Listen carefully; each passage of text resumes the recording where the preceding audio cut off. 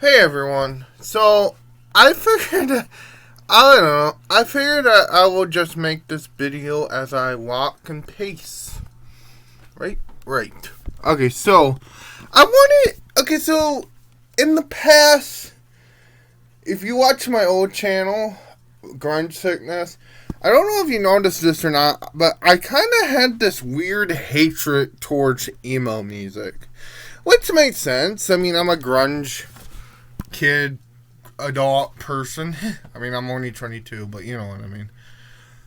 So I kind of wanted to make this video saying, what do I really think about emo music? Keep in mind, even though I like to be a Gen Xer and I like to pretend I'm Gen X, I'm not really Gen X. I was born in 1999. So I was kind of on the cusp of the whole emo scene. And yes, I did have a little bit of an emo phase. Okay? I wasn't necessarily going all eyeliner because, you know me, even as a identified trans person, I'm not really into the whole makeup thing unless I feel like I want to put it on, you know. But let's talk about emo as a music. My problem is not really so my problem with it is not really emo. It's what gets perceived as emo. I'm gonna say it right now. Bands like My Chemical Romance, Fall Out Boy, Green Day. I don't even know how that got in there. That was more pop punk. But anyway, that's not emo. Okay? What's emo is Sunny Day Real Estate. If you want to put 20 Seconds to Mars in there, sure. And you know what? Sunny Day Real should say, and it's about my overall knowledge of emo music. I like some of the groove of emo music, and I'll be lying if I say I haven't took some influence from it. I obviously have. I think the emotion is very palatable and stuff, so I like to take emotion. So yeah, you can call my music emo grunge if you like. Well, even though I develop and I kind of am experimenting with different genres, yeah, you can definitely call my music emo music, or at least my older music. And heck, you can even thing about emo, it was kind of developed from the whole hardcore punk scene. You know, people forget bands like Fugazi, who the guys from Fugazi was the same guy who was in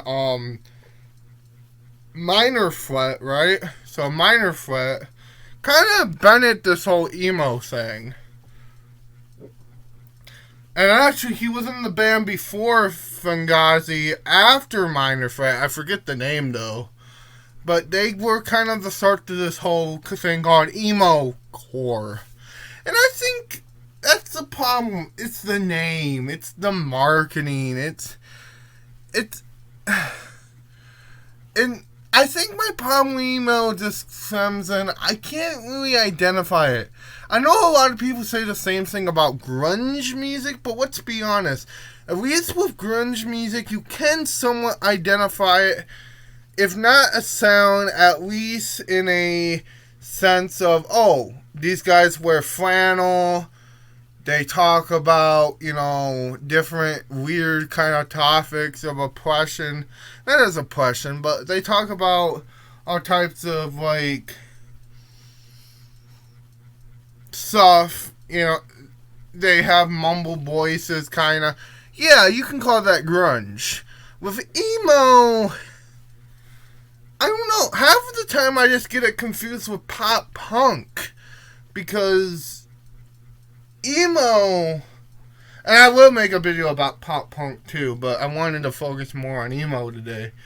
Emo just sort of became this marketing trend, what is supposed to be about bands of like Fall Out Boy or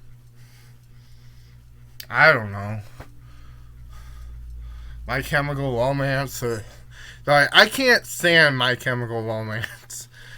Though I do expect what they did because I guess after doing some research, My Chemical Romance was a band what did start because of 9/11. They kind of wanted to give people, if not hope, at least, songs that can identify with and that.